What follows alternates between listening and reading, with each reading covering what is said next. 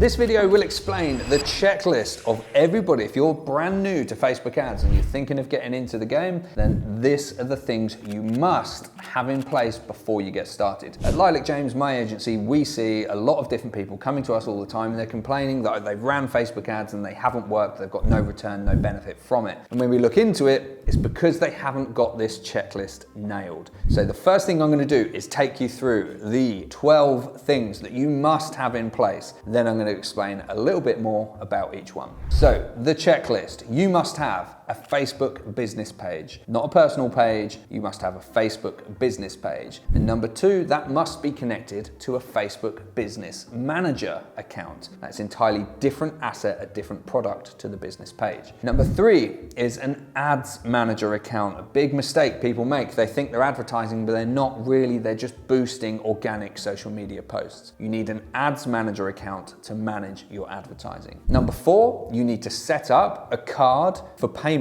on your ads manager and your business manager account. Number five, you must install the Facebook pixel. That is an absolute requirement because without tracking, nothing's going to work. Number six, you have to have conversion API. That is server-side tracking. It's a little bit more complex, but I'll explain really simply how to do it. Number seven is events setup for tracking. So you need to be able to communicate to Facebook what it's going to measure and what it's going to actually optimize for, what the AI is going to go out there and achieve for you. Number eight, you need to test those events with test events. With the test event feature, it's really, really simple. Has to be done to know it's working effectively. Number nine, between 5 to 10 creatives. We see clients all the time running ads with one different creative, with just one creative even. And what that means is people get bored of seeing their ad very quickly, so they see good results at first and they quickly go downhill. Number 10 is to verify your URL, really simple to do. Number 11 is to set up your range of audiences, because the sooner you do that, the sooner Facebook can start learning about exactly who you want to show your ads to. And number 12, a little bit more complicated, but definitely worthwhile doing for every client account,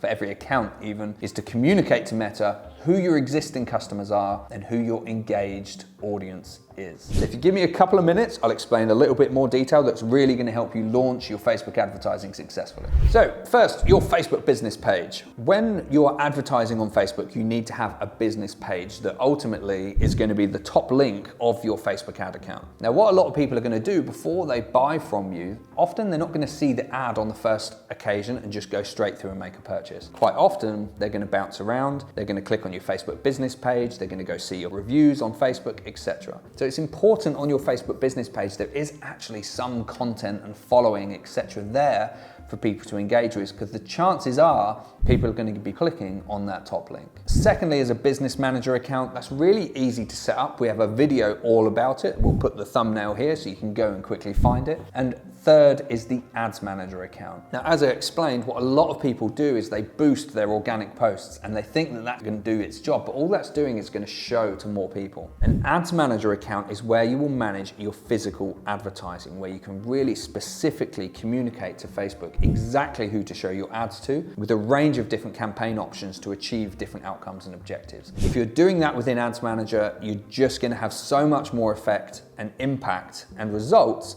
than if you're doing it purely through boosting posts. A card payment for setup, that's really simple, but obviously it needs doing. Facebook won't allow you to advertise. In some countries, if you're watching this in places like India and Pakistan, I think Indonesia as well, they ask you to prepay for your ads. So you have to upload or transfer a bunch of money and then it will spend your account. In other parts of the world, they allow you to build up some credit, but you have to have a card registered. They won't let you do it without a verified card being registered. The Facebook pixel is dead simple. There's a variety of ways to install it. We're producing a video which is going to cover off some of the ways. You can hard code that and just drop the code directly into the HTML of your website. That's one way to do it, the old-fashioned way. But there's also, if you're using websites like WordPress, there's a range of plugins that you can use. You can use the Facebook specific plugin or others. And if you're using things like Shopify and WooCommerce, there's direct integrations where all you're going to do is input the pixel ID. It's really, really simple nowadays, but it has to be there. There is no alternative, no excuse. It has to be there for your advertising to work. Conversion API.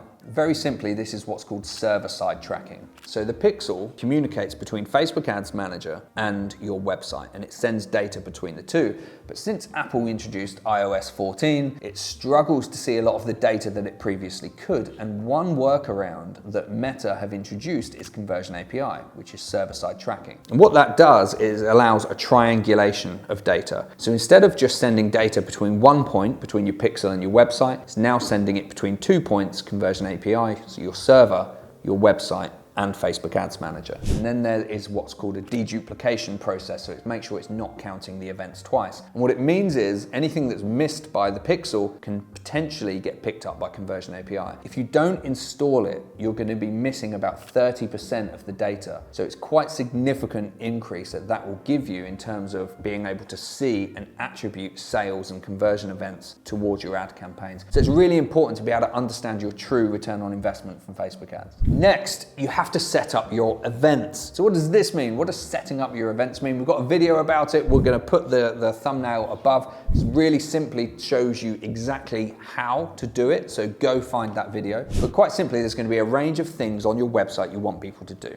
If you're selling products, you're going to want to measure add to cart, when people initiate checkout, and when people purchase, and how much the purchase value is for. If you're in a more lead generation space, you're going to want to measure how many people email you, how many people phone you, how many people submit website contact forms, maybe how many times people go to certain pages, maybe how many people subscribe to your newsletter. All of these things are entirely measurable, but you have to set them up as soon as possible before you get started with your advertising campaigns. And the reason is because when you set up that event, then it starts populating with data from then on. The more data Facebook has, the better it can work for you. So the sooner you set up your events, the better data you're going to get, the better your advertising is going to work. Then you're going to want to test those events, and there's a test event. Again, we got a video referencing it above. There's the thumbnail. Go find it. It will really simply explain to you how to do this. When you set up an event, you need to test that it's working, and test events is exactly how you do that. The amount of times we've seen people set up events and they think that they're optimizing for the correct thing on their website, and they're not, because it's not working. There's some sort of breakdown in the tracking. So you need to do test events to check that that's working. It's really simple to do, but it's an absolute must. Then number 9, creatives. So we talked about having at least 5 to 10 creatives. Like I said, when I was giving the checklist, what we do is we see a lot of clients who come to us and they see the same problem again and again, which is they start a campaign, they make loads and loads of sales, and they think the campaign's going really, really well, and then they see performance tumble. The main reason for that is they have a lack of diversity in their creatives. They're just running a campaign with one video or one image, or just two images or something like that. And what that leads to is ad fatigue creeping in really, really soon. So although it works really well, if somebody's seen the same ad with the same image and the same copy 2, 3, 4 times, what makes you think they're going to buy on the 5th, 6th, 7th, 8th time? They're not. But if you have a campaign that is armed to the teeth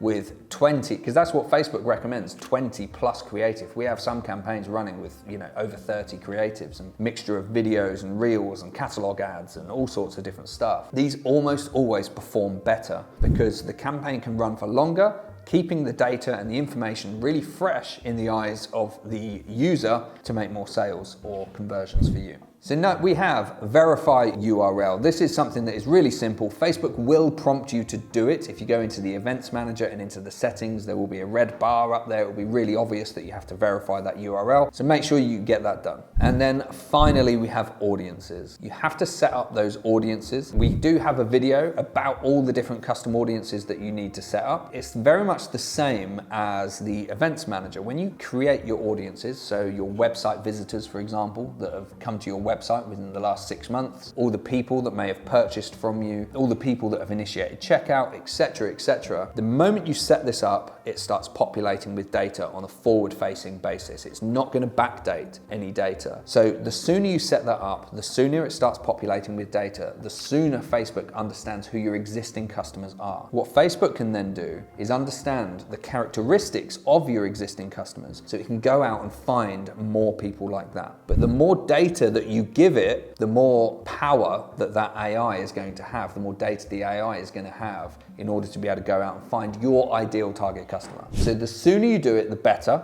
So get that done the moment you set up your account, and everything will take care of itself. I really hope that helps. That is just a very quick, very simple beginner's checklist. These are the things that you have to have in place before you launch your first ad campaign. This is the checklist that we go through when we onboard a new Facebook ads client in order to get them up and running and making sales as soon as we physically can. So don't forget to like and subscribe, and we'll see you next time.